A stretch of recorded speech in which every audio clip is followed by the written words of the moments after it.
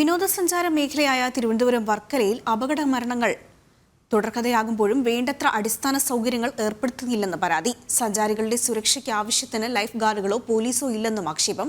കഴിഞ്ഞ ഏതാനും മാസങ്ങൾക്കിടയിൽ 10-ലധികം ജീവനുകളാണ് പാപനാശം കടപ്പുറത്ത് നഷ്ടമായത്. കഴിഞ്ഞ ഏതാനും വർഷങ്ങളായി തിരുവനന്തപുരം വർക്കലയിൽ ആഭ്യന്തര വിനോദസഞ്ചാരികളുടെ എണ്ണത്തിൽ വൻ വർധനവാണ് ഉണ്ടായിട്ടുള്ളത്. മലയാളികൾക്ക് പുറമെ തമിഴ്നാട്, കർണാടക, ആന്ധ്ര എന്നിവിടങ്ങളിൽ നിന്നായി ആയിരക്കണക്കിന് ആളുകളാണ് ദിവസവും വർക്കലയിലെത്തുന്നത്. പാപനാശം കടൽ തീരത്തും ബ്ലാക്ക് ബീച്ചിലുമായി എത്തുന്ന സഞ്ചാരികളുടെ സുരക്ഷ ഉറപ്പാക്കാൻ വേണ്ടത്ര ലൈഫ് ഗാർഡുകളില്ലെന്നാണ് ആക്ഷേപം. പരിചയസമ്പന്നരായ ലൈഫ് ഗാർഡുകളില്ലാത്തതിനാൽ രക്ഷാപ്രവർത്തനവും ദുഷ്കരമാണ്. സഞ്ചാരികളുടെ സുരക്ഷയ്ക്കായി ആവശ്യത്തിന് ലൈഫ് ഗാർഡുകളെയും പോലീസ് ഉദ്യോഗസ്ഥരെയും ഉറപ്പാക്കണമെന്ന ആവശ്യത്തിന് വർഷങ്ങളുടെ പഴക്കമാണുള്ളത്. എന്നാൽ അധികൃതരുടെ ഭാഗത്തു നിന്ന് യാതൊരുവിധ നടപടിയും ഉണ്ടാകുന്നില്ല എന്നാണ് ആക്ഷേപം.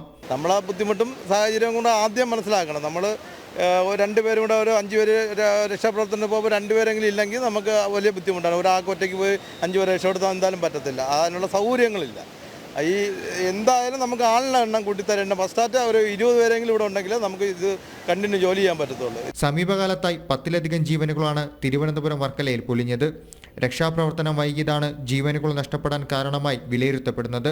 അപകടത്തിൽപ്പെടുന്ന സഞ്ചാരികളെ പ്രാഥമിക ശുശ്രൂഷ നൽകി ആശുപത്രിയിൽ എത്തിക്കാനുള്ള സംവിധാനവുമില്ല. അതിനാൽ തന്നെ സഞ്ചാരികളുടെ സുരക്ഷ ഉറപ്പാക്കാൻ അടിയന്തര നടപടികൾ സ്വീകരിക്കണമെന്നാണ് പ്രദേശവാസികളും ജനപ്രതിനിധികളും അവകാശപ്പെടുന്നത്. ജനം, തിരുവനന്തപുരം.